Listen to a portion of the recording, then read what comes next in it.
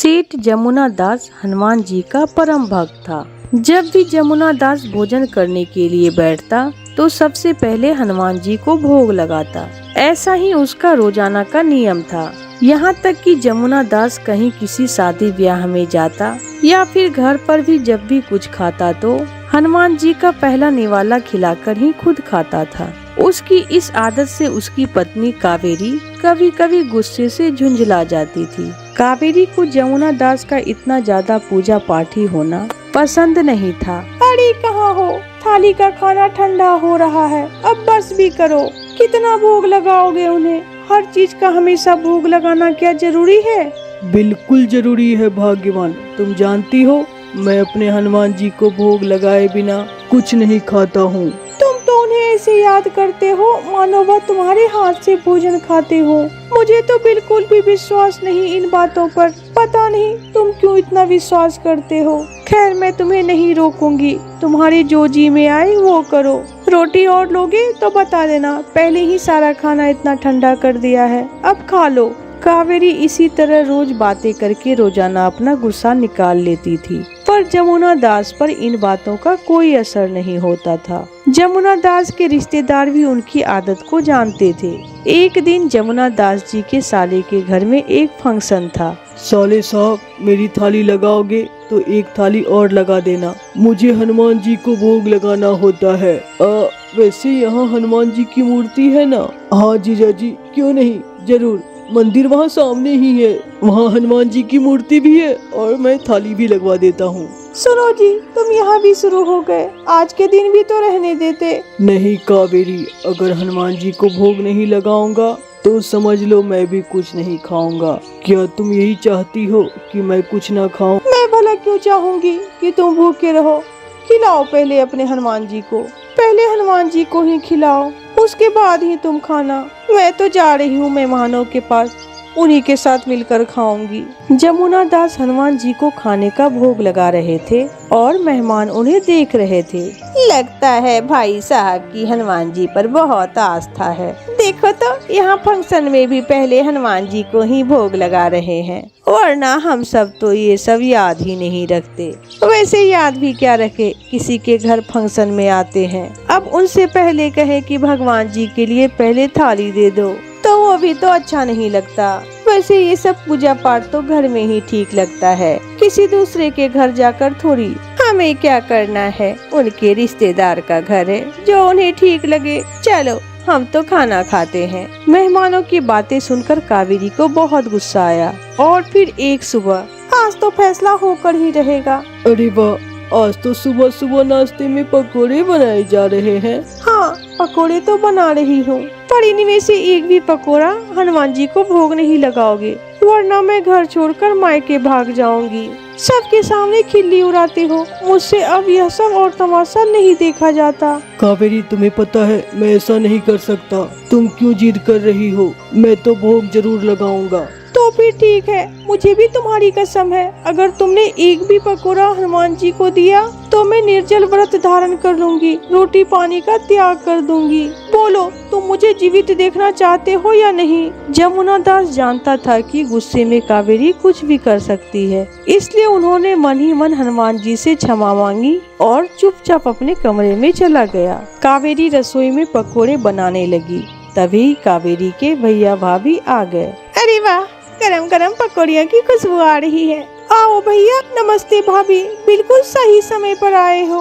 मैं तो बस गरम गरम पकोड़े ही बना रही थी, आज बच्चे को बहुत मन था पकोड़े खाने का। कमरे में बैठो, मैं लेकर आती हूँ। जीजा जी कहाँ है? दिखाई नहीं दे रहे हैं। मुझसे नाराज होकर कमरे में बैठे हैं। अब तुम आ गए हो तो तुम्हारे साथ ही वो भी पकोड़े खा लेंगे। क्या हुआ जीजा जी, नाराज क्यों हैं? लड़ाई क्या होनी है, मैं तो इसी बात पर नाराज हूँ कि जब देखो कुछ भी खाने लगते हैं तो उससे पहले हनुमान जी को भोग लगाने बैठ जाते हैं। ऐसा थोड़ी होता है, कभी हुआ किसी समय भोग लगा दिया, ये थोड़ी है कि हर चीज का भोग लगाया जाए। ऐसे कोई भगवान हर समय खाने थोड़ी बैठे रहते हैं ना भी भोग लगाओ तो भी कुछ नहीं होता। अरे इनकी आदत खराब होती जा रही है, इसलिए आज मैंने इन्हें अपनी कसम दे दी है कि ये हनुमान जी को पकोड़े का भोग नहीं लगाएंगे। इसी वजह से मुंह फुलाकर कमरे में बैठे हैं। खुद भी नहीं खा रहे हैं। अच्छा तो ये बात है।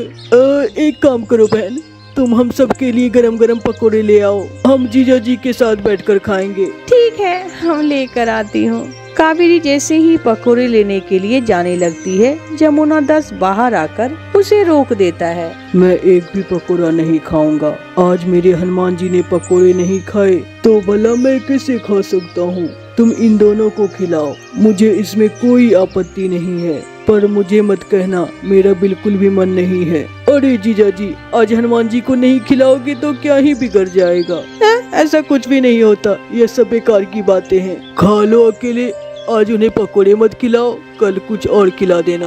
रहने दो भैया, अगर इन्हें ज्यादा ही घमंड है तो ना खाए, हम लोग खा लेते हैं, इन्हें रहने दो। उस दिन जमुना दास भी पकोड़े नहीं खाए। उसी रात हनुमान जी कावेरी के सपने में आए। कावेरी, आज तुम्हारी वजह से ही ना ही मैं पकोड़े खा पाया और ना ही मेरा परम भक्त जमुना दास। तुमने मुझे पकोड़े खिलाए ही नहीं तो फिर मेरा भक्त जमुना दास कैसे खाता। मैं तुमसे बहुत नाराज हूँ।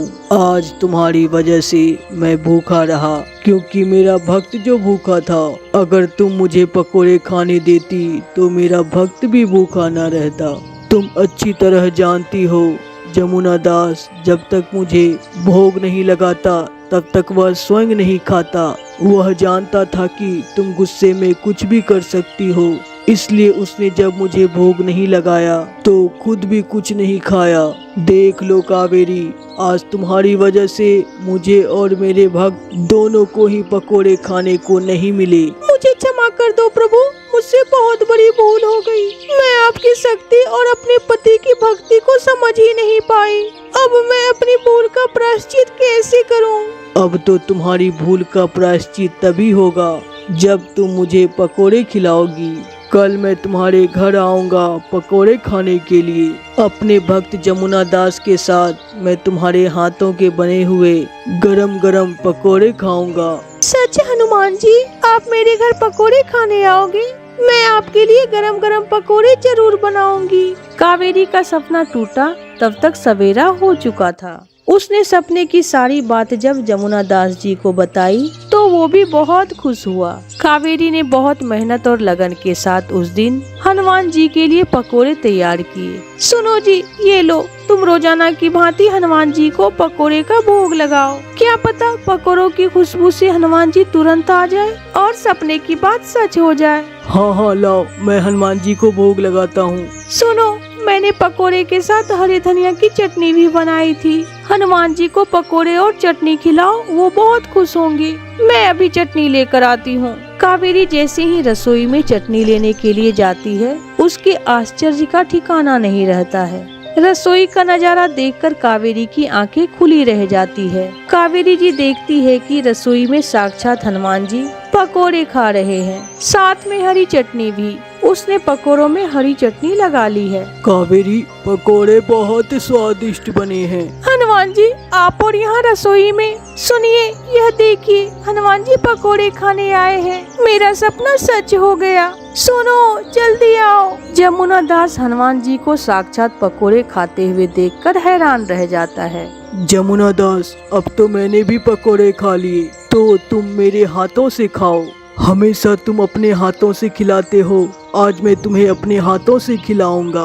प्रभु हनुमान जी अपने हाथों से जमुना दास को पकोड़े खिला रहे थे। एक भगवान और भक्त के प्रेम का यह चित्रण बहुत ही सुंदर था। जमुना दास की आंखों से झरझर आंसू बह रहे थे। पकोड़े खाकर और अपना आशीर्वाद देकर हनुमान जी अंतर्ध्यान हो जाते हैं। उस दिन कावेरी को समझ आता है कि सचमुच भगवान को हम जो भी भोग लगाते हैं उन्हें अवश्य ग्रहण करते हैं, और ये सच आज कावेरी ने अपनी आंखों से देख लिया था। उस दिन के बाद से कावेरी भी जमुना दास के साथ हनुमान जी की भक्त हो गई थी। अब जमुना दास जब भी हनुमान जी को खाने का भोग लगाते तो कावेरी भी खूब प्रेम और भक्ति भावना के साथ हनुमान जी के भोग के लिए भोजन तैयार करती। अपने भक्तों की भक्ति देखकर हनुमान जी भी सदैव उन पर प्रसन्न होते हैं।